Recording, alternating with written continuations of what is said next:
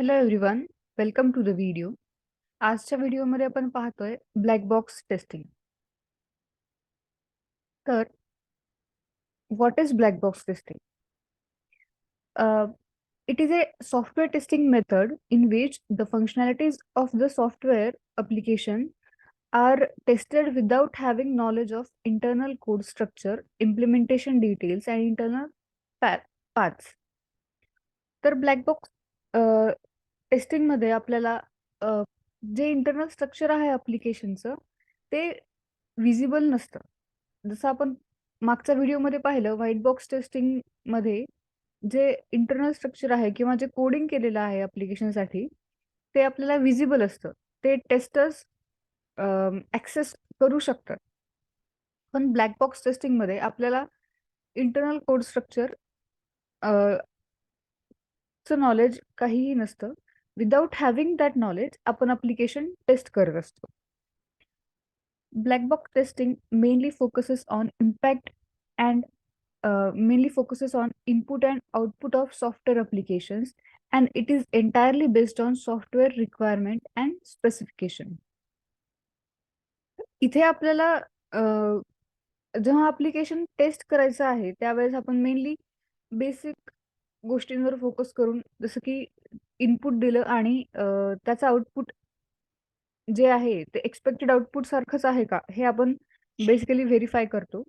आणि ह्या सगळ्या ॲप्लिकेशनच्या ज्या रिक्वायरमेंट्स होत्या, SRS डॉक्युमेंटमध्ये आपल्याला ज्या रिक्वायरमेंट्स आल्या होत्या त्यानुसारच एंटायरली ॲप्लिकेशन आपण टेस्ट करत असतो. त्याला वेगवेगळी नावं दिलेली आहेत. जसं की बिहेवियरल टेस्टिंग सुद्धा म्हणतो, की कारण आपण ओव्हरऑल ॲप्लिकेशनचं बिहेवियर चेक करतो म्हणून behavioural testing. Opaque box testing, closed box testing, because आपल्याला इंटरनल स्ट्रक्चर दिसत नाही. त्यानंतर specification based testing, I to I testing, असे व्हेरियस नावं आहेत ब्लॅक बॉक्स टेस्टिंगसाठी. आता आपण नेमकं काय व्हेरीफाय करतो ब्लॅक बॉक्स टेस्टिंगमध्ये? तर tester selects a function and gives input value to examine its functionality. म्हणजे आपण एक इनपुट व्हॅल्यू अशी देतो, ती जी मेन फंक्शनॅलिटी आहे किंवा बेसिक फंक्शनॅलिटी आहे ती चेक करण्यासाठी आपण एक इनपुट व्हॅल्यू देतो. आणि जे आउटपुट आपल्याला मिळालं ते एक्सपेक्टेड आउटपुट सारखंच आहे की नाही हे आपण चेक करणार. If the function produces correct output, then it is passed in testing, otherwise failed. हे जे आउटपुट मिळालंय ते आपल्याला एक्सपेक्टेड आउटपुट सारखंच आहे का हे आपण चेक करतो, आणि जर का नसेल तर आपण फेल म्हणून रिपोर्टमध्ये मेन्शन करतो. आणि जो काय रिपोर्ट आपला असेल आपण तो डेव्हलपमेंट टीमला पास ऑन करतो. आणि सपोज ती फंक्शनॅलिटी प्रॉपरली वर्क करत नाहीये तर डेव्हलपमेंट टीम अकॉर्डिंगली त्याच्यावर वर्क करून आपल्याला ते ॲप्लिकेशन पुन्हा टेस्टला देईल, आणि त्यानंतर आपण पुन्हा त्या फंक्शनॅलिटीज टेस्ट करणार आणि ही प्रोसेस कंटिन्यू राहते. Now how do you perform black box testing? तर ह्या काही जेनेरिक स्टेप्स आहेत. तेव्हा त्यात तुम्ही कोणत्याही प्रकारच्या ॲप्लिकेशनसाठी किंवा म्हणजे सॉफ्टवेअरसाठी वापरू शकता. Initially, the requirements and specifications of the system are examined. ज्या काही रिक्वायरमेंट्स आहेत, SRS डॉक्युमेंट्समध्ये ज्या काही रिक्वायरमेंट्स मेन्शन केलेल्या आहेत त्या आधी थरोली एक्झामिन केल्या जातात, आणि त्या रिक्वायरमेंट्सच्या बेसिसवर व्हॅलिड इनपुट्स, म्हणजे ते पॉझिटिव्ह टेस्ट सिनारिओनी असो किंवा निगेटिव्ह टेस्ट सिनारिओनी असो, तर दोन्हीही केसेसच्या व्हॅलिड इनपुट्स जे आहेत ते आपण डिटेक्ट करतो. म्हणजे जे काही पर्टिक्युलर रिक्वायरमेंट्सला घेऊन जे काही इनपुट असायला हवेत, मे बी ते पॉझिटिव्ह सिनारिओनी असो किंवा निगेटिव्ह सिनारिओ असो, ते आपण चूज करतो की आपल्याला नेमके काय इनपुट्स हवेत. आणि ते आपण जी आपली सिस्टीम अंडर टेस्ट आहे त्याच्यामध्ये यूज करून डिटेक्ट करतो. आणि tester also determines the expected outputs for all those inputs. म्हणजे आपल्याला जर एक्सपेक्टेड आउटपुटच माहिती नाहीये ह्या पर्टिक्युलर इनपुटचं काय असायला हवं, तर आपण कम्पेअर पण नाही करू शकणार त्याला ऍक्च्युअली आउटपुट सोबत, आणि अकॉर्डिंगली आपण रिझल्ट पण देऊ नाही शकणार. त्याच्यामुळे टेस्टर्सचं हे सुद्धा एक महत्वाचं काम आहे की जे काही एक्सपेक्टेड आउटपुट आहे पर्टिक्युलर इनपुटसाठी तेही डिटरमाइन करून ठेवणं. त्यानंतर software tester constructs test cases with the selected inputs. तर ह्या पर्टिक्युलर इनपुटसाठी टेस्ट केसेस काय काय बनतात हे प्रिपेअर करणं, त्या एक्झिक्यूट करणं, आणि ऍक्च्युअल आणि एक्सपेक्टेड आउटपुट कम्पेअर करून जे काही रिझल्ट येतील ते मेन्शन करणं. लाईक मॅच नसतील करत तर डिफेक्ट आहे, तर डिफेक्ट हे डेव्हलपमेंट टीमला सेंड करून ते फिक्स करून घेऊन पुन्हा रिटेस्ट करणं. हे सगळे स्टेप्स ज्या आहेत त्या ब्लॅक बॉक्स टेस्टिंग परफॉर्म करण्यासाठी कामात येतात. Now when do you perform black box testing? केव्हा करायची आपल्याला नेमकी? तर to test the software as a whole system rather than different modules. म्हणजे इंडिव्हिज्युअल मॉड्यूल्स टेस्ट करण्यापेक्षा जेव्हा तुम्हाला software as a whole system म्हणून टेस्ट करायचं आहे, त्यावेळेस तुम्ही ब्लॅक बॉक्स टेस्टिंग यूज करू शकता. जेव्हा सॉफ्टवेअरची युजेबिलिटी टेस्ट करायची आहे की नेमकं कसं यूज केलं जातं किंवा कसा वापर आहे या सॉफ्टवेअरचा, हे जेव्हा आपल्याला टेस्ट करायचं आहे त्यावेळेस पण आपण ब्लॅक बॉक्स टेस्टिंग यूज करू शकतो. Black box testing gives you a broader picture of the software. म्हणजे ब्रॉडर पिक्चर म्हणजे कसं की नेमका सॉफ्टवेअरचा यूज कसा आहे, म्हणजे कुठल्या ठिकाणी तुम्ही ते सॉफ्टवेअर कसं यूज करू शकता, त्याचा नेमका अप्रोच काय आहे यूज करण्याचा, ह्या सगळ्या गोष्टी अ, आपण black box testing through use realize करू शकतो. आणि this testing approach sees an application from an users perspective. आता जे काही ऍप्लिकेशन आपण बनवतो ते युजर्स पर्स्पेक्टिव्हनी कसं असेल किंवा कसं युजर यूज करेल, हे आपण ब्लॅक बॉक्स टेस्टिंग थ्रू पाहू शकतो. किंवा ब्लॅक बॉक्स टेस्टिंग आपल्याला एक असा अप्रोच देते ज्यातून आपल्याला युजर्स पर्स्पेक्टिव्हनी ऍप्लिकेशन कसं यूज करायचं ते समजू शकतं. ह्याच्या पण व्हेरियस टेक्निक्स आहेत. So in order to systematically test a set of functions, it is necessary to design test cases. Testers can create test cases from the SRS document using the following black box testing techniques. आता इथे जितके mention केलेले आहेत त्या व्यतिरिक्त सुद्धा अजून एखाद दोन टेस्टिंग टेक्निक्स असू शकतात. आपण ह्यातल्या 4 टेक्निक्स पाहणार आहोत. First one is boundary value analysis, equivalence partitioning, straight transition technique, error guessing, graph-based testing methods, comparison testing, decision table testing, etcetera. म्हणजे अजूनही ह्या व्यतिरिक्त अजून 2-3 असतील. पण ठीक आहे, तुम्ही ह्या बेसिक 4-5 जरी सांगितल्या तरी त्या इनफ आहेत. Now first one is boundary value analysis. ह्याच्या नावातच सगळं आहे. Boundary value analysis test the software with test cases with extreme values of the test data. म्हणजे याचा मेन फोकस काय असतो, ज्या बाउंड्रीज आहेत, ज्या एक्स्ट्रीम व्हॅल्यूज आहेत त्याच्यावरती, म्हणजे जी अप्पर लिमिट आणि लोअर लिमिट असेल, तर त्या पॉइंट्सला सिस्टीमचं बिहेवियर कसं चेंज होतं हे आपण ह्या टेक्निकमध्ये अनालाइज करतो. जनरली बऱ्याच अप्लिकेशनचं असं असतं की त्यांच्या बाउंड्रीजलाच काहीतरी इश्यूज येतात. मे बी लोअर बाउंड्री असेल किंवा मे बी अप्पर बाउंड्री असेल, त्यालाच काही इश्यूज येतात. म्हणून ही टेक्निक आपण यूज करू शकतो. In boundary value analysis both valid and invalid inputs are being tested to verify the issues using conditions such as n-1, n, n+1, where n is lower or upper limit. तर हे boundary value analysis use करण्यासाठी आपण जे काही input घेणार, valid असो किंवा invalid असो, तर त्याला टेस्ट करण्यासाठी 3 कंडिशन्स आहेत. N N is considered as upper किंवा लोअर बाउंड्री.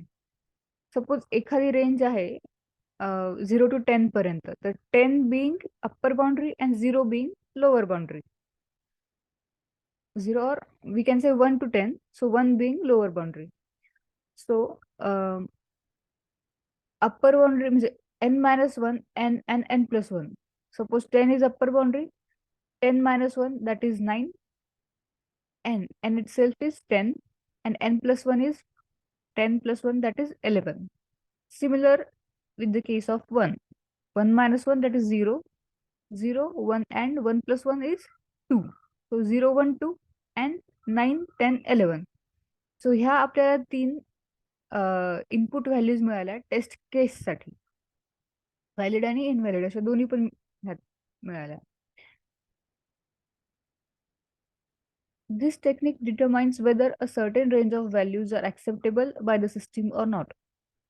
म्हणजे ह्यात नेमक्या कोणत्या व्हॅल्यूज ऍक्सेप्टेबल आहेत हे आपल्याला कळू शकतं. समजा 1 to 10 पर्यंतच लिमिट आहे, तर 10च्या बियॉन्ड जी व्हॅल्यू आली आहे 11, ती ऍक्सेप्ट नाही झाली पाहिजे, आणि जी 1च्या खालची व्हॅल्यू आहे 0, ती सुद्धा ऍक्सेप्ट नाही झाली पाहिजे.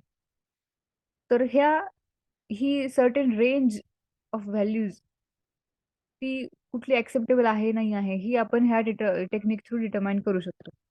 So it is very useful in reducing the number of test cases. Obviously ह्याच्यामध्ये आपण पूर्ण 1 to 10 पर्यंत सगळ्या व्हॅल्यूज चेक न करता बाउंड्रीजच्या व्हॅल्यूज चेक करतोय. त्याच्यामुळे टेस्ट केसेस ऑब्विसली आपले रिड्यूस होणार, and it is most suitable for the systems where an input is within certain ranges. ह्याचं आपण एखादं एक्झाम्पल पाहूया. सपोज आता if we want to test a field where values from 1 to 100 should be accepted, then we choose the boundary values such as 1 minus 1, 1 and 1 plus 1. कारण lower boundary आपली 1 आहे. तसं same 100 that is upper boundary, त्याच्या केसमध्ये 100 minus 1, 100 and 100 plus 1. So instead of using all the values from 1 to 100, we just use 0, 1, 2 and 99, 100 and 101. तर 1 to 100 पर्यंत जवळजवळ आपल्या 100 टेस्ट केसेस वाचल्या ह्या एक्झाम्पल थ्रू जर का सांगायचं झालं तर. सो जस्ट आपण 0, 1, 2 आणि 99, 100 and 101 ह्याच टेस्ट केसेस यूज करणार, ज्यामुळे आपलं एकतर टाइम सुद्धा वाचतो, शिवाय तुमचं ती रेंजही व्हेरीफाय झाली अशातला भाग होऊ शकतो ह्याच्यामध्ये. कारण 101 ला तुमचं ऍप्लिकेशन फेल व्हायला हवं, तिथे तुमचं निगेटिव्ह इनपुट किंवा निगेटिव्ह टेस्ट सिनारिओ सुद्धा तुमचा व्हेरीफाय झाला 0 साठी आणि 101 साठी. प्लस 99 आणि 2 साठी विदिन द रेंज असल्यामुळे तुमचा पॉझिटिव्ह टेस्ट सिनारिओ आहे, तर तो सुद्धा तुमचा व्हेरीफाय झाला. आणि ज्या बाउंड्रीज आहेत इटसेल्फ 1 आणि 100 त्या सुद्धा तुमच्या व्हेरीफाय होतात. Now next is equivalence class partitioning. In this technique, input values to the system or application are divided into different classes or groups, basically on its similarity in the outcome. त्यात आपण जी काही input values आहेत ज्या आपण सिस्टीमला देणार आहोत, त्या डिफरंट ग्रुप्समध्ये डिवाइड केलेल्या असतात. Hence, instead of using each and every input value, we can now use any one value from the group or class to test the outcome. त्या ग्रुप सपोज एखाद्या रेंजचे आपण 4 ग्रुप केले असेल, त्या 4ही ग्रुपमधून एक एक व्हॅल्यू घेऊन तुम्ही ऍप्लिकेशन टेस्ट करू शकता, जेणेकरून असं आपण म्हणू शकतो की त्या ग्रुपची एक व्हॅल्यू आम्ही टेस्ट केली म्हणजे अख्खा ग्रुप ती कंडिशन सॅटिस्फाय करतो, आणि त्यातल्या ग्रुपमधली कुठलीही जर का तुम्ही व्हॅल्यू घेऊन टेस्ट करत असाल तर तुमची टेस्ट केस पासच होणार आहे किंवा ते व्हॅलिडच इनपुट असेल. सो असं आपण ह्या थ्रू म्हणू शकतो. We can maintain test coverage while we can reduce the amount of rework and most importantly the time spent. ह्यात आपण आपल्या टेस्ट केसेस रिड्यूस करू शकतो, अमाऊंट ऑफ रिवर्क पण आपण कमी करू शकतो आणि टेस्ट कव्हरेज सुद्धा मेंटेन राहतो.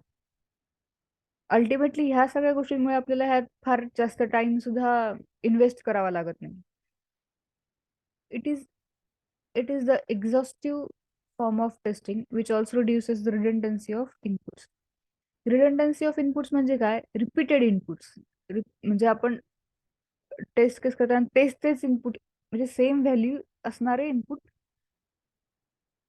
घेऊन टेस्ट करत असू तर आपला एक तर कव्हरेज पण होणार नाही, प्लस टाइमही वेस्ट होतोय. सो ह्या इक्विव्हॅलन्स क्लास पार्टिशन टेक्निकनी आपण त्या गोष्टी अवॉइड करू शकतो, प्लस तुमचा कव्हरेज पण मेंटेन राहतो. ॲज एक्झाम्पल पाहू, आता सपोज एखाद्या मध्ये एज ही एक टेक्स्ट फील्ड आहे जी फक्त 18 ते 60 ह्याच रेंज मधले नंबर्स ऍक्सेप्ट करते. तर ह्याचे आपण क्लासेस असे पाडू शकतो की less than or equal to 17 आणि greater than or equal to 61. ठीक आहे, हे त्याचे इनव्हॅलिड क्लासेस झाले. ठीक आहे, ह्याच्या 18च्या खाली आणि 60च्या वरती आपली टेस्ट केस फेल व्हायला हवी आहे. आणि व्हॅलिड क्लास काय असेल ते 18 ते 60 मधली कुठलीही व्हॅल्यू जर असेल तर आपली टेस्ट केस पास व्हायला हवी आहे. So we have thus reduced the test cases to only 3 test cases based on the formed classes, thereby covering all the possibilities. तर आपण हे जे क्लास पाडले त्याच्यामध्ये, तर 17च्या खालची कुठलीही व्हॅल्यू म्हणजे 0 to 17 हा एक क्लास झालाय तुमचा, आणि 61 टू ऑनवर्ड्स हा एक क्लास झालाय, आणि 18 ते 60 हा एक क्लास झालाय. तर 17च्या खालची कोणतीही व्हॅल्यू तुम्ही पिक केली तर त्याला तुमची टेस्ट केस फेलच व्हायला हवी. 61च्या अबव कोणतीही व्हॅल्यू घेतली तरी त्याला पण तुमची टेस्ट केस फेलच व्हायला हवी. त्यात 17 आणि 61 हे दोन्ही पण इन्क्लूड असतील. त्याला सुद्धा तुम्ही टेस्ट करू शकता इन्क्लुडिंग त्या व्हॅल्यूज, त्याला सुद्धा तुमची टेस्ट केस फेलच व्हायला हवी. पण 18 ते 60 मधली कुठली व्हॅल्यू घेतली तर टेस्ट केस तुमची पास व्हायला हवी. हे आपण असे ग्रुप्स केले आणि आपल्या टेस्ट केसेस पण रिड्यूस केल्या आणि प्लस कव्हरेज पण मिळाला. ह्या सगळ्या गोष्टी घेऊन ऍप्लिकेशन टेस्ट करण्यासाठी जी टेक्निक आपण यूज करतो ती आहे equivalence class partition. Now next one is state transition testing. State transition testing is used to capture the behavior of the system software application when different input values are given to the same function. Basically ह्या टेक्निकचा use करून आपण ऍप्लिकेशनचं behaviour taste करू शकतो. This applies to those type of applications that provide a specific number of attempts to access the application. आता आपण जेव्हा ATM मध्ये जातो, पैसे विथड्रॉ करायचे असो किंवा डिपॉझिट करायचे असो, आपल्याला एटीएम पिन टाकावा लागतो.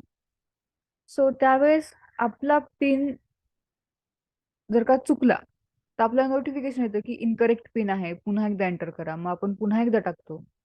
पण तिसऱ्या वेळेस जर का तुम्ही असं टाकलं आणि त्याही वेळेस जर तुमचा पिन इनकरेक्ट असेल तर त्यानंतर तुमचं फॉर दॅट डे तुमचं अकाउंट ब्लॉक होतं.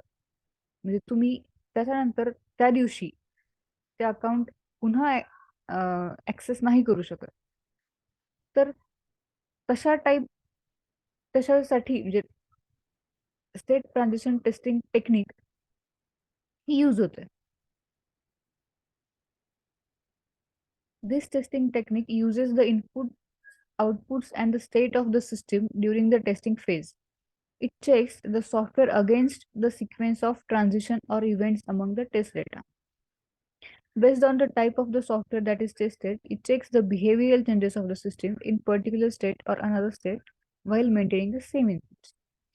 तेच आपण सपोज इंटेन्शनली रॉंग पिन टाकला तर त्यानंतर आपल्याला एरर ब्लॉक असा मेसेज यायला हवा, किंवा आपण सपोज व्हॅलिड इनपुट देऊन जरी टेस्ट करायचं म्हणालो किंवा व्हॅलिड पिन देऊन टेस्ट करायचं म्हणालो तर आपलं अकाउंट स्टेटमेंट किंवा बाकी ज्या गोष्टी आहेत आपल्याला सगळं दिसल्या पण पाहिजे. तर हे जे इंटेन्शनली टेस्ट फेल करणं आहे किंवा त्यासाठी पर्टिक्युलर सिस्टीम कशी बिहेव करते, हे जेव्हा आपल्याला टेस्ट करायचं असतं त्यावेळेस आपण ही टेक्निक यूज करतो. एक्झाम्पल, आता a login page will let you input user name and password until 3 attempts. Each incorrect password will be sent to user to the login page, and after the third attempt, the user will be sent an error page. असं login पेजवर अशी functionality आहे जिथे तुम्ही user I D आणि user name आणि password enter करतोय. तर 3 अटेम्प्ट नंतर तुम्हाला एरर पेज यायला हवं.